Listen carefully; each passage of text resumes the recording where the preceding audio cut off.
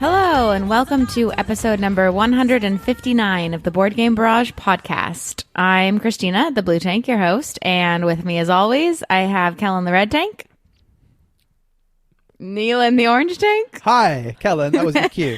And Mark, the green tank. Hello. I'll take a vow of silence until you say the slogan of our podcast. Don't Yeah. You could say it, Kellen. It has been a while. It has been a while, yeah. Kellen, why don't you tell us what this podcast is all about? I want you to do it. Yeah, but I just think it sounds better coming from you. I can't say this. I have too much pride. I can't do that. So do I. Pride? The same slogan that you make us say every week. No. I'm happy to say it, but not on cue like a parrot. Yeah, same. Why do you think I don't want to say it? Speak. Say the slogan, corporate monkey. Neelan, do you want to say the slogan? Oh, never. All right, maybe next week. I appreciate you didn't even ask me, Christina, because you know where I stand. I know where you stand, Mark. So since wrapping up our top 50 games of all time, we've been getting a lot of questions, and we've been kind of all chatting and thinking about the nature of having a top 50 list and comparing games like Happy Salmon and Cthulhu Wars and how you can rank things like that, how you can have Time's Up right next to Cthulhu Wars. And we are here to answer your questions and to tell you how to have a favorite board game, and actually 50 of them. Before we talk about that, we're going to talk about Medici the dice game, the Gallerist, and Iberian Gauge. So, Neelan, why don't you kick us off with some Medici talk, specifically Medici dice talk? So, I want to say right off the bat, the Medici the dice game is better than Medici. You just take that to the bank. Don't worry about the rest of anything that's going to be covered. Just go in knowing that. What is Medici? I think first and foremost, it is one of Knizia's renowned auction trilogy of games. It's a pretty simple game where, you start with a certain amount of money. You are bidding on commodities in order to fill your ship, and the two trade-offs are either the value of the commodity, which is going to make your ship more valuable, or the type of commodity, which is going to lead to you sort of generating monopolies on these commodities. At certain intervals in the game, whoever has the most of a certain commodity is going to get points, and whoever has the highest value in their ship is going to get points. This plays out in Medici in the form of cards, which you are auctioning off in lots. In Medici, the dice game, we've taken the structure of Medici and turned it into a roll and write. One of my favorite genres of games, one of Kellen's favorite genres of games. One of my favorite genres of games. Chartreuse. That's what you say. Yeah, that's what you say when someone has wronged you. I don't think that's right. No, that's right. You can look it up. Yeah, look it up. So in the Medici the dice game, you have 5 dice, and the sides of these dice, similarly to what I just described, reflect both a value and one of the colors of commodities. In this case, there are 5 of them, and those values go anywhere from 0 to 4. There's also a face on the die which is just a 5 of no commodity value, and on your turn, you roll all the dice, you pick up to 3 of those dice, and you score them both for their value in your ship, and for how many of each commodity is reflected on the dice shown. The one twist in this being that if you choose a 0, you're going to get 2 of that commodity instead. You're going to choose up to 3 of them, and then the remaining dice are going to get selected by your opponent. So they're allowed to pick the same die as each other, but each one of them picks one of those remaining dice and scores it on their score sheet. Then it's the next player's turn, and they're the start player to repeat the same thing. The way that this varies over the course of time is that there are 3 ships, which are each of the 3 phases of the game, and whoever has the biggest, most valuable ship at the end of each phase is going to get a certain number of points. Whoever has the most of each commodity is going to get a certain number of points. And in each of those 3 phases, your ships are getting slightly bigger. So the rounds get a little bit longer. There's more protracted calculation, but the commodities never reset. So at the end of the game, you're still working on the same majorities over the entire game. And honestly, that's kind of almost the entire gist of this game. I think certainly in the realm of even roll and writes, which is not a very complex genre, it's quite a simple one. It definitely has the Knizia flair of a lot of his games where he's just shaven off everything else, and what you're left with is just the core of a decent roll and write game and somewhat of the core of Medici. Kellen and Christina, you've both played this. What did you think of Medici the dice game?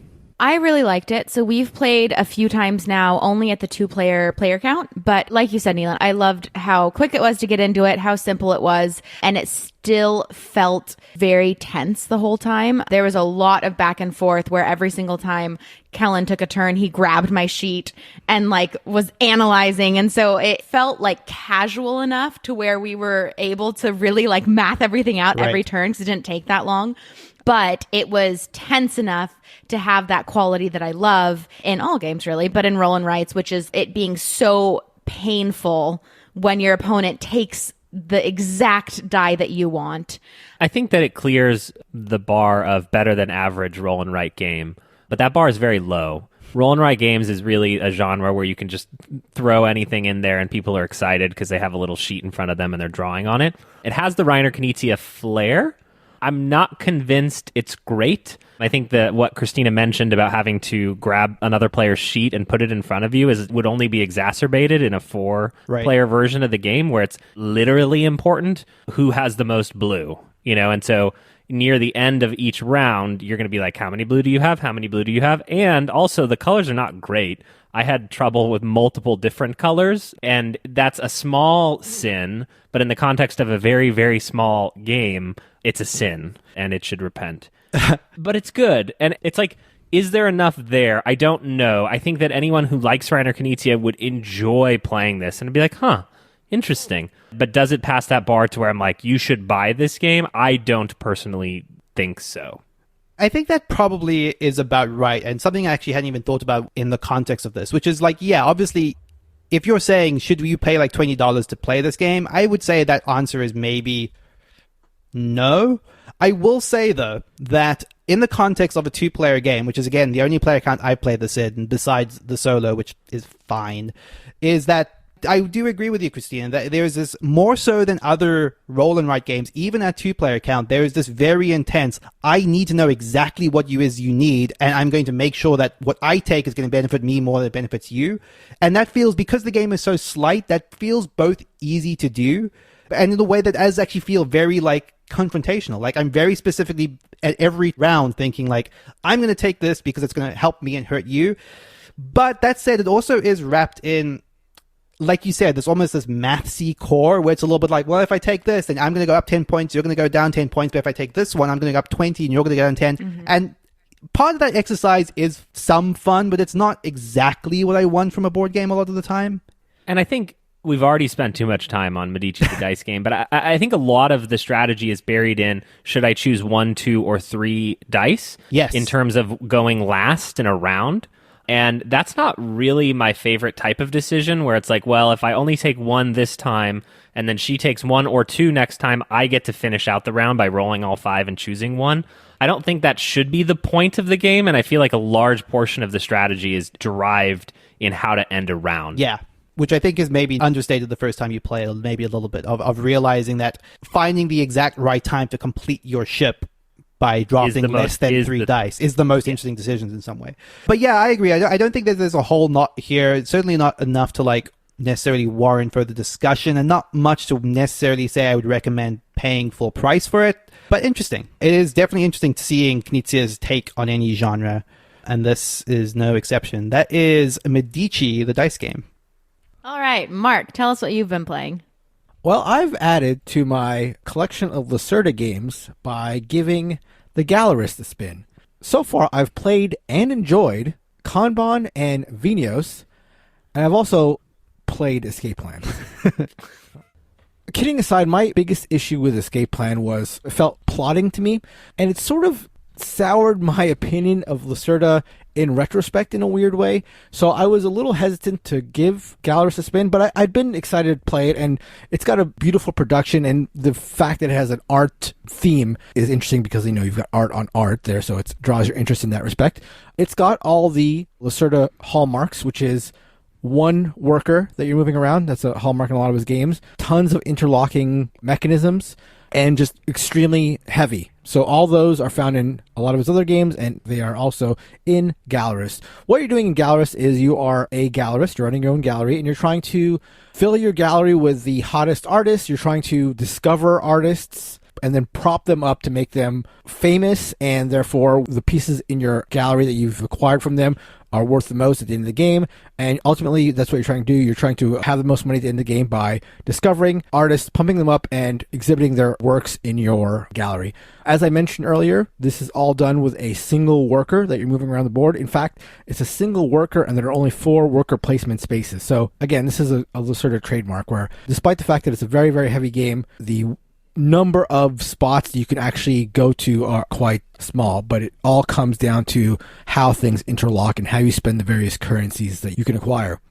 So I really, really enjoyed the Gallerist. I liked it quite a bit.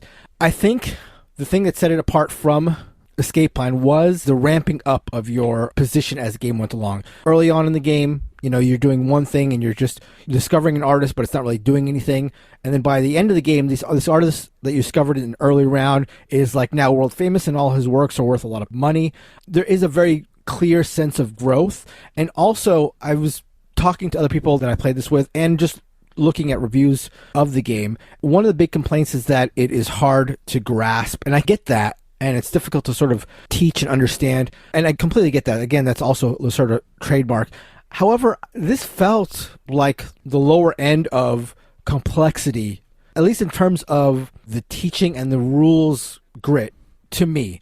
I was able to sort of internalize how things worked fairly easily. And I think the other players at the table had the same experience. That's not to say that the depth or like optimal play was anywhere near what we were doing. At the end of the game, all of us said like, oh, if we had known how things worked out, we would have done things a lot differently, which you're going to get in every heavy game, I think, pretty much. But I would say this is a game that is relatively rules light when compared to heavy games in general, while retaining a lot of the depth of play. And I enjoyed that. And also, I mentioned the production, and I think that is another big selling point of the game. It's absolutely beautiful. Games that have a art theme, I think, are naturally going to be more interesting for the reasons I pointed out earlier. You've got an artistically beautifully designed game, and then you've got more art in it, and it just has a nice look, and it's a very comprehensive piece. It's a very clean looking board, a clean design, but it's got little actual easels that you're putting the art on. It's just really designed very well by Eagle Griffin. The chits and everything are really thick. It's got a weight to it, not only in terms of the game difficulty, but in terms of the production. It feels like it has some gravity there. It seems like you've written my review for this game on BGG, which is 1, the chits are thick. 2, I love the easels. 10 out of 10, the Gallerist. Right. I was actually cribbing your notes. I was hoping you wouldn't catch on to that, but my plan was foiled. I really enjoyed the Gallerist. I am looking forward to playing it, and I'm happy that I have played another Lacerda game that I enjoyed, because Escape Plan really put me off, and I was just worried about my retroactive opinion of Lacerda games, but this was good. It's interesting, Mark, because I feel like I've gauged my opinion on what Lacerda games to play mostly on your take, and I feel like for the longest time you've been championing Kanban, which sort of had as at the top of my Lacerda to play list. But if you're saying that this is your new favorite potentially, and Gallerist is definitely one I've had my eye on for a while, so this seems like maybe the next one I should play. How did you feel about Escape Plan? I think I was on a similar place to you. I thought it was fine. I didn't hate it as much as Kellen, but I thought it was fine. I have a feeling you're going to really like Gallerist, because it is very puzzly. There is player interaction, which is nice. It's not overt, but there is player interaction. And there's also player interaction not only over the worker placement spaces, but also in terms of grabbing these end-of-game scoring spots. There's a little cutthroat action in that respect. But it is very, very puzzly. I mean, it has the interlocking things that is, again, Lacerda hallmark.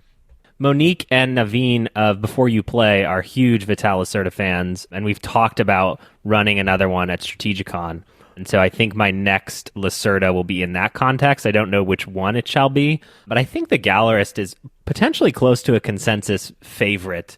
I know there are individuals who have other favorites, like On Mars, being the new one. Right. And Vinos, there's a lot of love for that. But I think the Gallerist is sort of the most consensus among his games. Is this how you're breaking it to us, that you're not playing any Lacerda games with us? All right, Kellen, tell us what you've been playing with your favorite people. We had the opportunity to try a TTS mod of the latest Capstone game. Since this is releasing on a Thursday, I believe as of Tuesday, you can pre-order the new version of Iberian Gauge, which is the third game in the Iron Rails series of games, with the first being Irish Gauge and the second being Ride the Rails. We had the opportunity to try this new version. Thank you, Alex, for arranging that for us and playing with us. Iberian Gauge is a very simple, and Mark, please jump in with like Winsome or 18XX or some, little bit of history. Just throw in the words that you want to at some point. Yes, because we got halfway through the game and then I realized we were in Spain. So that was one of my challenges. What was the question you asked? He was about to place in Madrid and he was like, oh, is that a real place? Is that what your question was? I don't remember. There was also a question about whether or not the cities would be randomized. Oh, yeah. The cities in Spain. Well, the cities change every game. In Iberian Gauge, you are investing in railroads, and then those railroads are moving around and placing rail in Spain. Similar to a game that the Board Game Barrage podcast loves, Imperial 2030, the companies have money. The companies have their own treasury, and when you act on behalf of a company, you spend money out of that treasury. So the game takes place over a series of stock rounds and operating rounds where you are buying interest in those companies, and then you're placing track onto the board. You're trying to connect the different companies to different cities in Spain that are not randomized. And then those companies pay dividends, which is one of the main ways that you earn money in the game. What is interesting is when a train company has a ton of cash, you have to figure out, okay, how can I use that cash to benefit me, but not to benefit Neelan or Mark? The function of a stock round, right? A train could have 4 shares available, and the order in which you buy them is very important. If I invest first in the red train company, I will be, for every future operating round, placing first on behalf of the red train company, which sounds like a good thing, right? You want me as captain and Mark in the caboose. Because by the time it gets through that phase, there may not be any money left for Mark to place anything. But the hilarious thing is that everyone is not equally yoked in each of the train companies. I might really want red and yellow to succeed, and Neelan might really want yellow to succeed. But Mark is also a part of yellow and does not want yellow to succeed at all. And so this leads to hilarious situations where you're kind of semi-negotiating where your train company will go. And I'm saying, well, I'm going to go here, but that means, Neelan, you need to build here.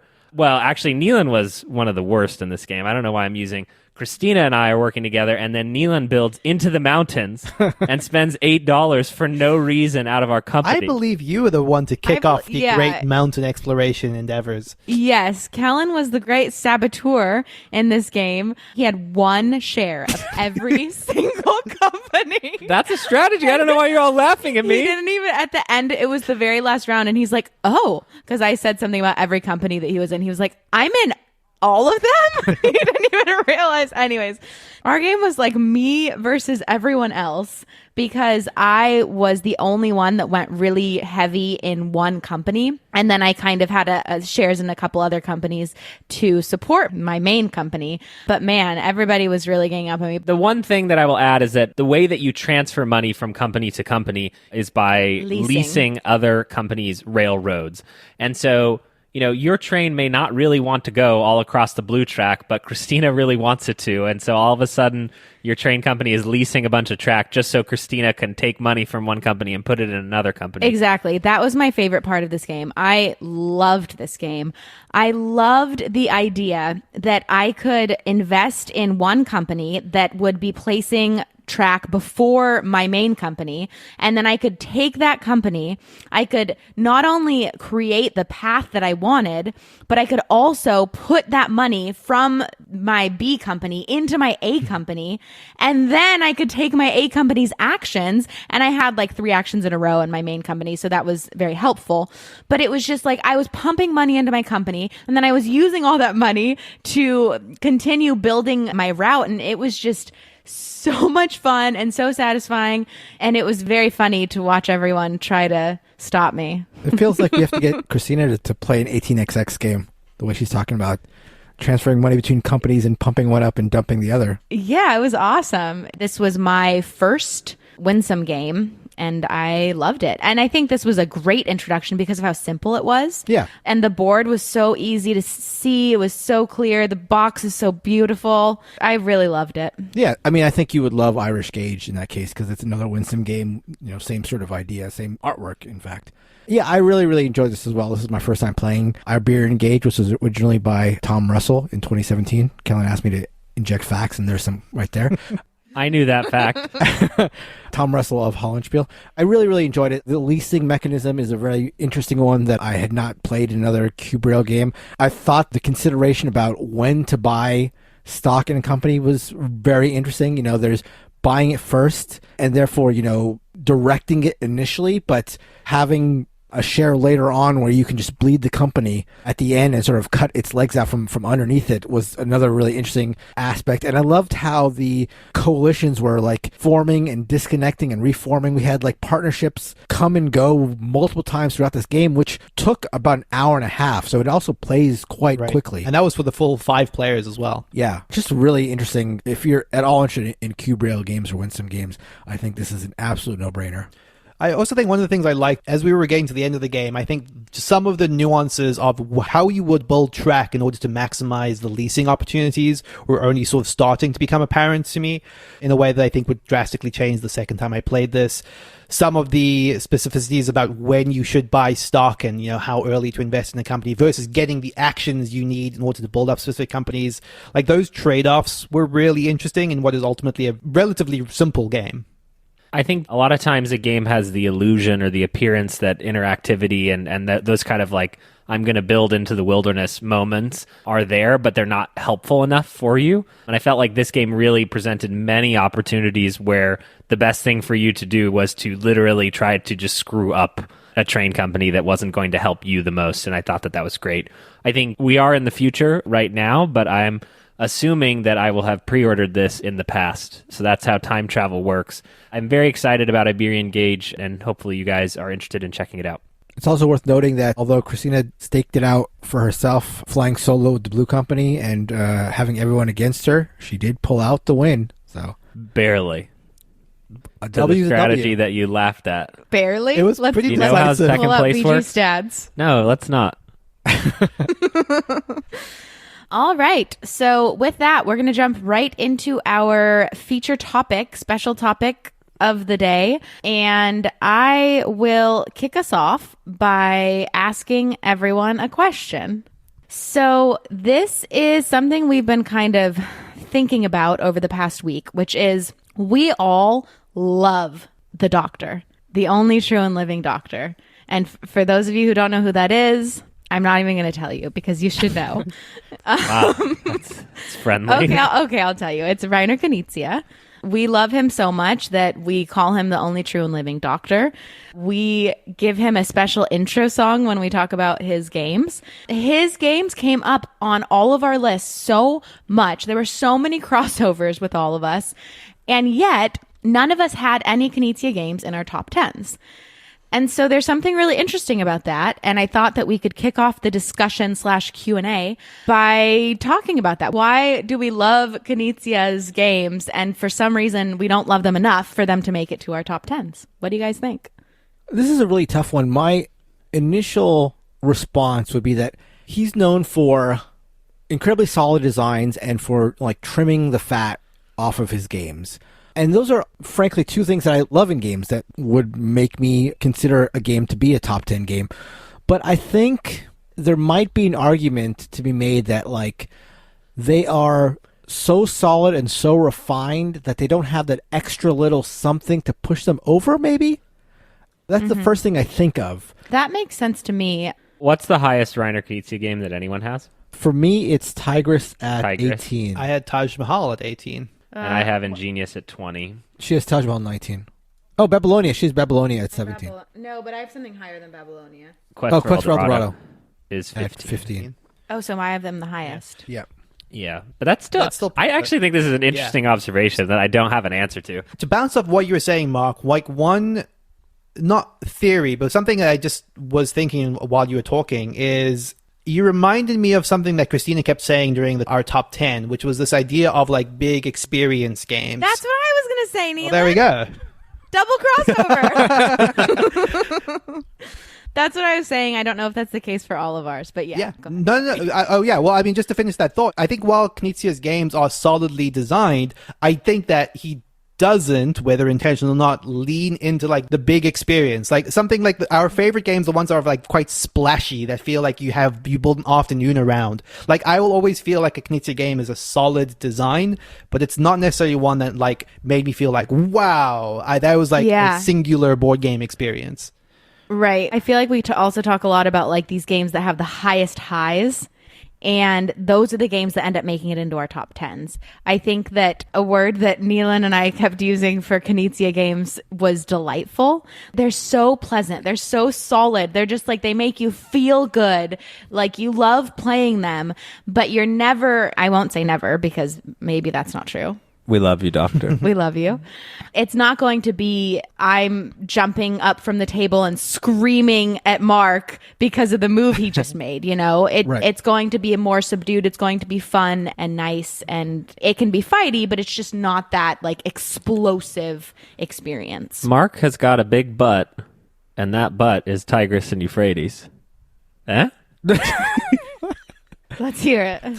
Yeah, I mean, I do think Tigris and Euphrates is a refutation to that, but I think you're still right. I mean, Tigris and Euphrates does have big fighty moments, but they are fighty in a, for lack of a better term or analogy, in a chess sort of way. It's like plan fighty. It's not splashy. It's not like the Estates where you're feeling like you're getting a knife stuck in your gut. It's like, what? You don't feel like that way? Good. That great feeling. I don't know. I think we are really weird and we love like really painful things in games. Tigris Euphrates is certainly fighty, but I think it's fighty in a different way. And look, I think it goes without saying, hopefully, that Knizia is almost certainly our favorite overall designer as a podcast. So like this is no slight to his designs at all. But yeah, I think that's what keeps them from being in the upper echelon for us collectively. Yes, we love you, Doctor. And we love you forever. Don't ever change. Yeah. Keep stacking the doctorates. Moving on to our next question. But again, I just want to reiterate, Dr. Reiner Knizia is our collective favorite designer. So just that's what your takeaway should be. Okay. I'm going to direct this question to Mark and then anybody else. We have a question from our Discord from Soup. This year definitely signaled the rise of the Friesa across all your lists. What led the most to their collective rise? It's interesting because I think Friesa is sort of a poor man's Knizia in a way. I think, he's very prolific, though I don't think he hits as consistently as Knizia, although both of them, have their share of duds. But whenever Friesa is designing a game, you can be pretty sure that it's going to be a solid design and that it's going to be interesting and streamlined. And I think what led to the rise of Friesa games for me was that my first Friesa game was, unsurprisingly, probably his masterpiece to most people, Power Grid. And I just don't really like Power Grid for reasons I've described in the past. I think I will just mention I just do not like the fact that a good strategy in Power Grid is to not jump to the lead. That's just sort of antithetical to my playing style. So that put me off of Friesa games in general. But we were lucky enough, Kellen and I, to go on a game night where we were introduced to Fast Loss. Super, super charming, super well-designed game. And then as part of a multi-game trade that I made locally, I got Fresh Fish, not even seeking it out. I just saw a deal for a bunch of games, decided to give it a try, absolutely loved it. So it's got that, to harken back to the question we just had, that Knizia, fantastic design, but it's also got the stabby quality that we like, the masochistic knives and guts quality that we like. So that's what it was. It was just like a great designer who does interesting things. So the answer is fate. Fate brought more Friesa into our lives this year, and we are very happy about it. That's correct. I will say I'm looking longingly at the latest Friedman Friesa game on my couch. I think it's pronounced F Yum. So you just say long F. Fayum. And no, I think it's F Yum. As in Friesa Yum. Literally, I have family in Fayum, so I will say I'm probably right about this. Yes, I ordered and have received Fayum. Fayum. Fayum. I know. I'm trying. What are you guys trying? He makes these boxes are so big. I don't understand why he uses is it really this big? box shape. It's that weird longer. It's a fast lost size. Yeah, yeah. it is. Why does he do that? I don't know. I don't like those boxes. Yeah, I mean, I would buy a Fuji Flush if it was in that box. You would? That would be a weird way to store 80 cards. Big cards. Right. All right. Our next question comes from Second of the New in our Discord, and a couple other people asked similar questions. So the question is, how does your play group inform your tastes? And are there games that did not appear on our list that might have cracked the top 50 if not for the fact that we play with each other? I think what's actually interesting to me about this question is I kind of felt we kind of all were thinking the same thing as we were recording a lot of these episodes, that there are games that are wholly unique to our lists, even very close to the top. Stuff like Through the Ages, for example, for me, is not a game that I came to share any love with any of the three of you. That is one that feels wholly my own, as it were, and I felt like there was a fair bit of that on our lists. I actually felt, and this is probably just me being so selfish, but I could not believe that Innovation wasn't higher on your guys' list. When you said what number it was, I was just like, how is that even possible? And then also things like where I know we've had these shared experiences that have been so good, like Archipelago, for example. I'm just like, how is that not higher on your list? I don't understand how our top 10s aren't identical. That's interesting. Because, yeah, we do play a lot of games together. The majority of our games we play together, and we develop these experiences with these specific games. So it is hard to separate that. I mean, I think ignoring solo games, which is a totally valid way to board game, but if we kind of put the veil over that for a second, every board game you play has to be played with a group of people. So your top 50 board games will be informed by the groups of people that you play with. And not this specific question, but there were a couple questions that sort of had this undertone of if you had played with more different groups of people, you'd have a different top 50 list. And I think the answer to that is yeah, because my top 50 favorite movies are 50 movies that I have seen. And so by virtue of playing games with Mark, I'm being exposed to more train-like type of games. And by playing games with Neelan, I'm playing more midweight Euro games, generally speaking, than I otherwise would. And I think that the tastes do converge, right? And some amount of someone's enthusiasm for something pushes you towards that thing. But I think that speaks to the inherent social nature of board games.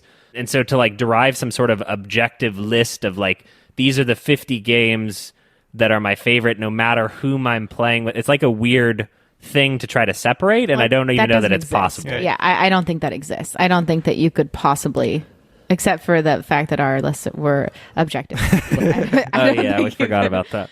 It also reminds me of, we'd had a comment somewhere that we tweeted out about someone that was very opposed to the idea that Telestrations would be on our lists, as if there is some sort of analysis of a game that should disqualify it, despite it leading to some of the highest and best social experiences we've had. And that's kind of one of the things where I sometimes question even the attempt at objectivity of game evaluation, which is that you're coming at anything as a sum total of your experiences. And when we play board games, we are most frequently playing them with each other. So when we play those games and have big experiences, they're shared experiences. I don't know if these are exactly counters, but I just feel like a little bit of a pushback on the sentiments we've had so far. First, I don't know. I have some sense that even if I wasn't playing with this group as much as I do, that these games would still be high on my list. What I like about our group is that I think I get to have my best gaming life, for lack of a better term, which I wish I had because that's a terrible term. Hashtag. Right. I just feel like I can play the way I want to play. I can have conversations I want to have. I'm the most comfortable in all aspects when I'm playing with our group. And so I think our group enhances the games I like. It allows me to play the games I like in my most full way. But I still think these are games I would like no matter what the group is. And I think even the nature of favorite is so nebulous. And I think what I would encourage people to do who have never made a top 10, a top 20, is you just start it. Honestly, put up a couple of your favorites and then start putting stuff kind of above and below it. People like making lists. I think this is a human thing. And right. You kind of feel it. almost more than the objectivity of it. You know, one of the things we've had on the Discord this past week is people just posting their 20 favorite games. And, you know, I'd encourage anyone to join the Board Game Barrage Discord and kind of share your favorite games. I think it's an interesting exercise. In this past year, for me, you know, like a game, like I moved Crokinole from the middle of my list off of my list, just completely got rid of it. And it's like, what does that even mean? And it's kind of means, well, I'm tired of it sitting on my wall and not using it and having to wax it every 3 months and going like, when I move, do I want to take Crokinole with me? And the answer is no. Ergo, like, it no longer makes me happy. I don't derive the joy, the 37th favorite joy of all time that I previously had last year. Right. And so now it's gone. But I think that you put the list together, you look at it, and you can feel it. How's that for touchy-feely? Yeah, I agree. That was sort of my pushback against what Neal's saying. Like, I get that this is all, like, subjective and there's no true list and stuff, and I get that it's crazy to try to compare 1830 to Telestrations. But like Kellen just said, I just think it's such an inherent human thing to want to put things into lists, and I think it's fun, and I think there's nothing...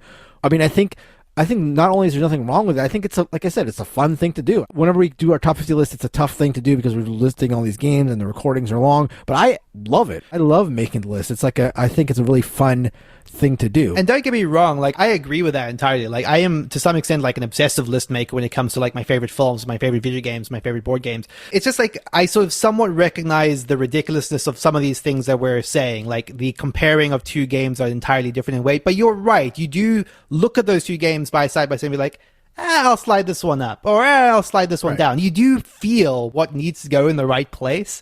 Except for Neelan, who ruined everything and gave me great pain. I was pained. Oh, yeah? I don't know if that came through or if we cut it out so as to let Neelan have his moment, but I was very pained. I thought about a beautiful photo shoot we did in previous years where we all held up our favorite games, and they're these cute little affordable things. And I thought about the redo of that picture, and I was insane with anger. The box is so big. I was shocked afterwards how that put me in a little bit of a bad mood. No, Really? not even. It was like 2 hours after the record, and he was just like, I know I shouldn't feel upset about this, but I just do. And he like was sad. That's so funny. It's very hard to understand. The thing is, Kellen, you're describing the emotions I felt doing it to myself, honestly. Like, because we joked about this a little bit, but there is this feeling of like how much it reflects on you, your favorite game. And no, like having to admit that to myself almost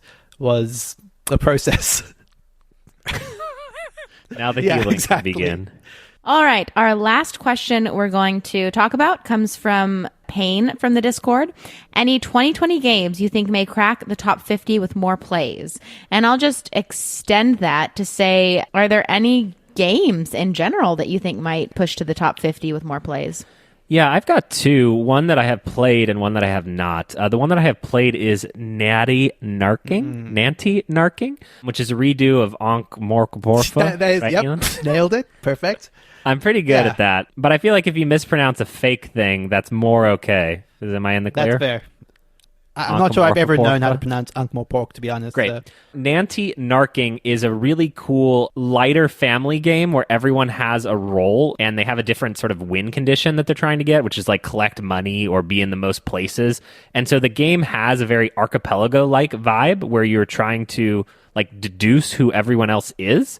And it's this very light sort of family weight, play in an hour sort of thing that I played with my family and I loved. We have not gotten together and played it together as Board Game Barrage, and I really think it'll hit, and I'm really excited to keep exploring it and just haven't yet. And so I could see that in the top 50, but based on my limited plays, based on not playing it with you guys, I didn't want to throw it in there, but I was kind of pained not to get it in there. I actually want to revisit that. I've only played Ankh-Morportha, and I think I played it once with Mark, if I'm not mistaken. Yeah. But, like, I remember a specific high from that game of almost getting away through the entire game without revealing my role, but I didn't quite eke out the win, which kind of soured it a little bit for me.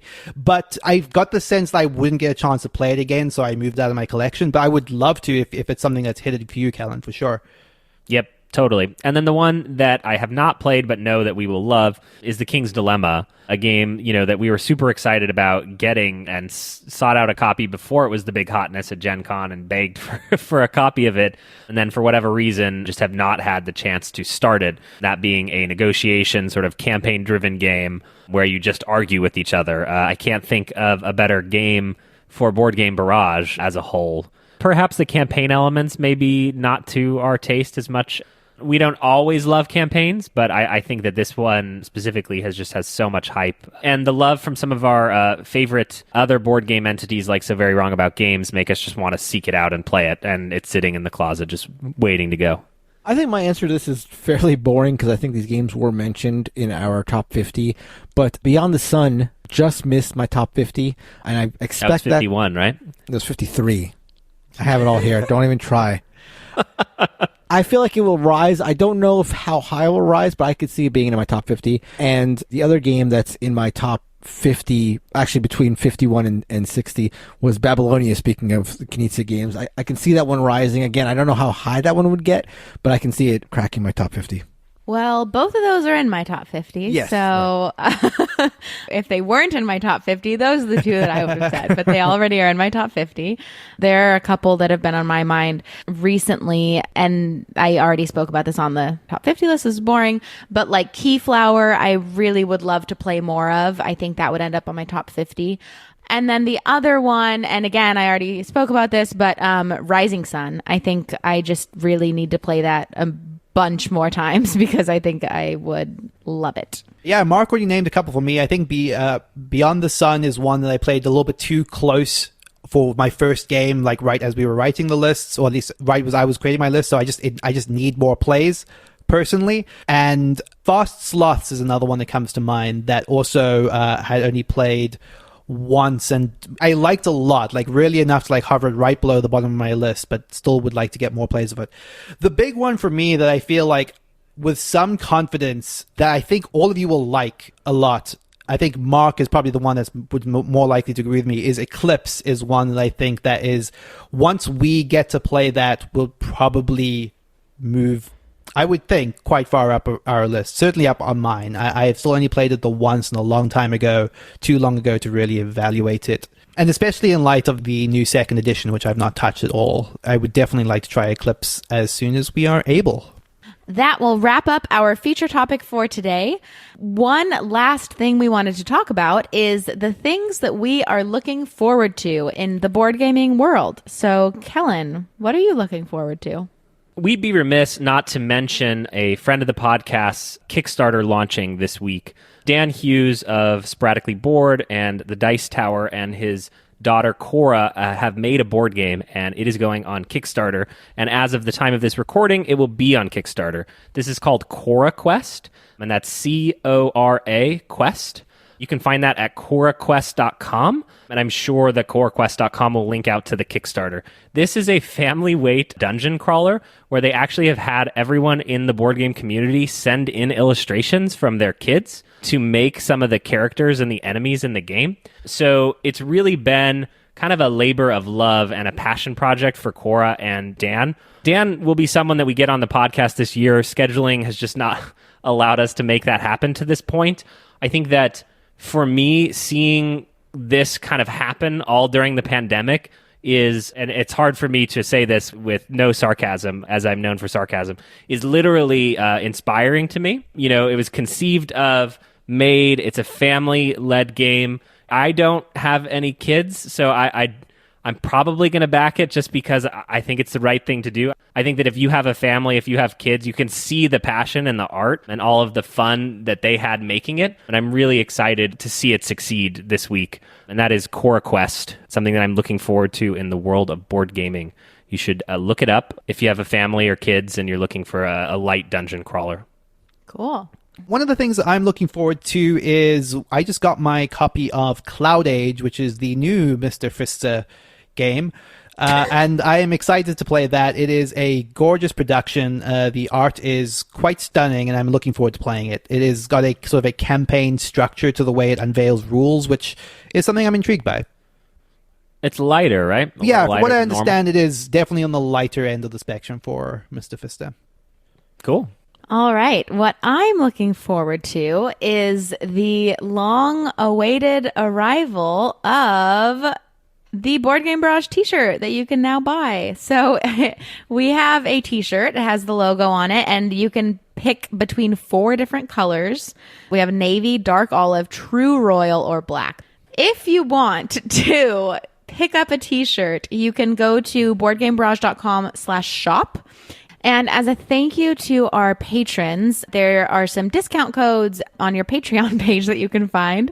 And captains will get the biggest discount. So thank you again for supporting the podcast. Yeah, this has been a long time coming, so thank you for bearing with us, everyone who's asked for this. We do have a little promise on the shop page, which says that if you wear the shirt at a con, we will play a game with you. That feels like empty words in the world where there are no cons, so we got you. But if you're interested, we'd be really excited for you to check out that merch. What I'm looking forward to is all of you out there in listener land taking the nuggets of wisdom that we've given you in this episode and across the last 5 episodes and using it to formulate your own top game lists. So go to boardgamebarrage.com/top20 and submit your top 20 games list. And if you don't have 20, that's fine. Just submit as many as you want. And we're looking to maybe use that for a future episode where we go over our listeners' favorite games. And I think that'll be a really fun, interesting thing to look at. I'm a little worried, though, right? Why? Like, what if they like Scythe? Yeah, heaven forbid. That's fine. Yeah. Our listeners want us to unleash the fury. You know, they expect nothing less. So they're not afraid. That's right. Don't be afraid. Send us your lists. Shut up, Kelly. Come talk to us on Discord, boardgamebarrage.com/Discord. You know, you can find us anywhere else on the internet, email, Instagram, Twitter, everywhere. And that's going to do it. I think that's it for today's episode. Thank you for listening. Thank you to Heart Society Music for our intro and outro song, What's on Your Mind, Kid. Good night and good morning, because you might listen to this in the morning. Good Goodbye. night and good morning. I love it. Sweet dreams and have a good day. Goodbye and hello. A podcast about board games, the latest hotness, and how to have fun with your friends, even when you're losing. Red. Oh, don't steal that.